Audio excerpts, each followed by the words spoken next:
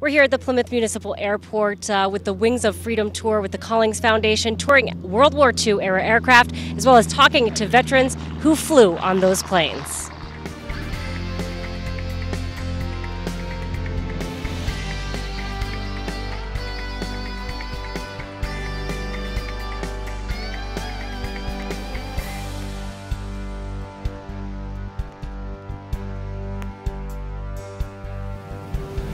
Incredible, the amount of veterans that we meet out on the road, the people that flew these airplanes, the people that put these airplanes back together back in the day, back in 70 years ago, the ones that saw them flying over their houses here, both stateside and also overseas. It's just absolutely incredible the amount of history that comes out at each one of the stops we do. We do about 110 cities around the country, from city to city, every 3 days, moving to a new spot. It's a very, very rigorous schedule. A lot of people say, I give you a lot of credit for doing that, but I said, you know what? It's nothing like what the guys back during World War II did.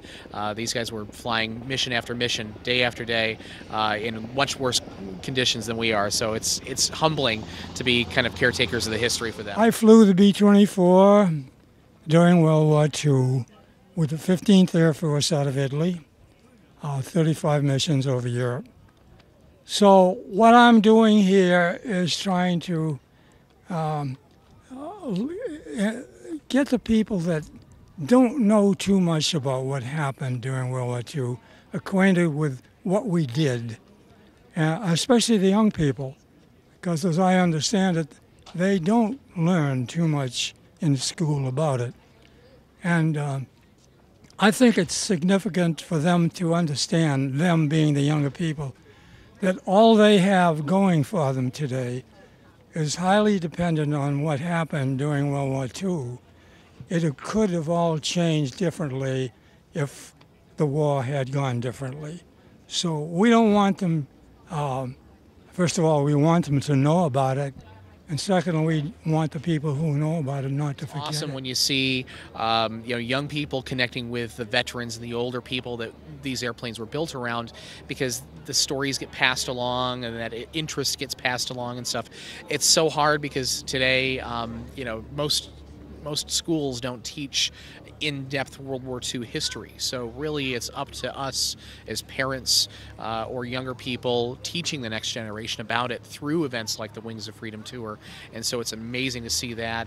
It's incredible to see the kind of life that comes back to a World War II veteran's face when he sees a young kid or even middle-aged people asking about this and learning more and more about it.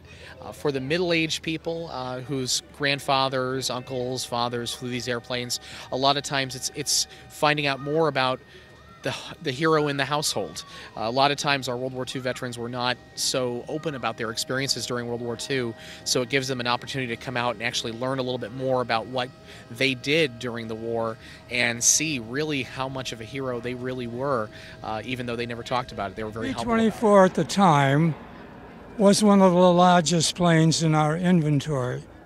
It's a big, heavy airplane, even to today.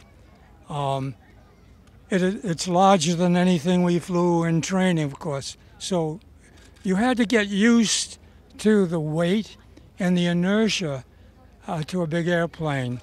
A smaller airplane, you can put a correction and it takes effect. This airplane, as I say, is heavy. It has a lot of inertia. So you can put a correction in, but you got to wait a second before you see if it's really taking effect. The aircraft are restored to exactly what they were during World War II when they came out of combat. All the gun turrets are there, the instrumentation is there, the radios are there. So it's very much like stepping back in time. And so for most people, the first thing that I hear about out their mouths when they get off the airplane is, it's so tight in there. How did anybody fit in this? And it's a lot different than the airplanes that most people are used to these days. An airliner or anything like that has absolutely nothing in common with these airplanes.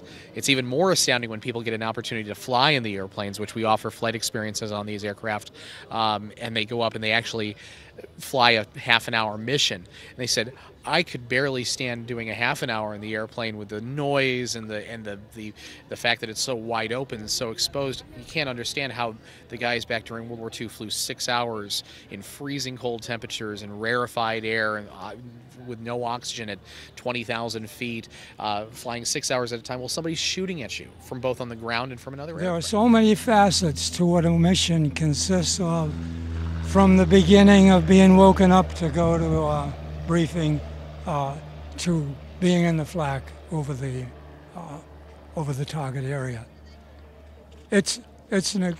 I don't want to say it's exciting. That's why it's difficult to understand and put it in words what it was like. People say, "Were you afraid?"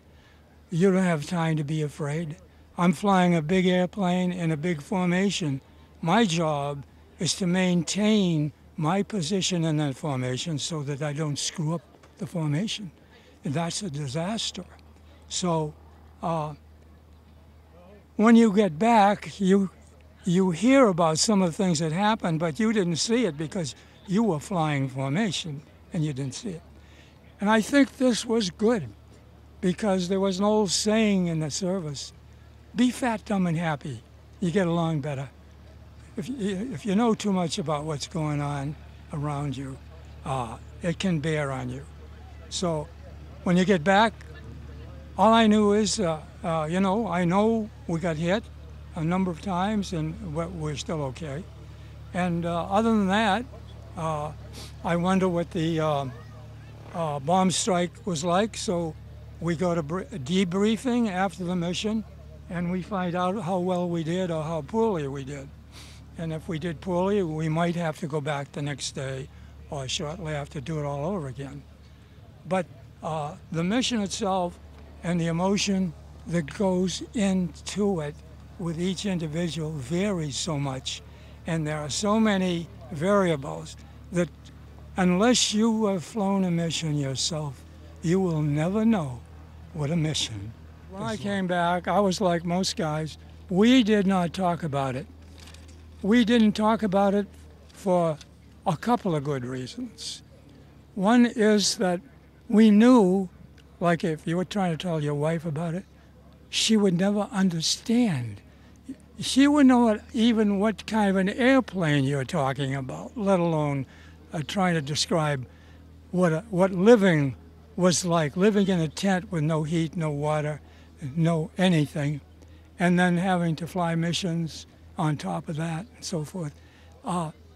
I never talked about it.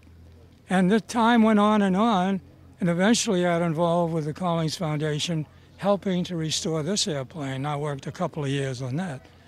And I was with other veterans who did it, and we talked about it. And the more I talked about it, I understood that they did things like this, so I got involved in this, and I was the first one to bring the planes to Norwood. That's 21 years ago, and I've been doing that ever since. So I don't do this for me. I do it for the people who don't understand what this was all about. Young people. I want them to know, where did all this good stuff that we have today come from?